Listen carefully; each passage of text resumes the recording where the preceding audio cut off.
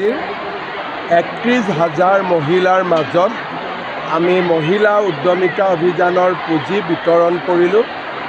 অসমত মহিলা উদ্যমিতা অভিযানৰ এইখন ১০১ নম্বৰ সভা আছিলে আৰু মই আশা কৰোঁ যে অহা এসপ্তাহৰ ভিতৰত আমি সকলোকে এই অভিযানৰ পুঁজি বিতৰণ কৰি এই কাৰ্যসূচী আমি সম্পূৰ্ণ কৰিব পাৰিম।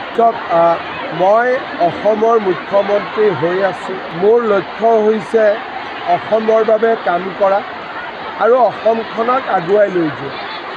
বৰ্তমান আমাৰ আটাইৰে যিটো লক্ষ্য, সেই লক্ষ্যটো হৈছে নিৰ্বাচনত বিজেপি বিজয়ী হ'ব। সেইটোৱে হৈছে আমাৰ লক্ষ্য। কোন মুখ্যমন্ত্ৰী হ'ব, কোন মন্ত্ৰী হ'ব, এইবিলাক আমি পিছে পৰেও আলোচনা কৰি থাকিব পাৰিম।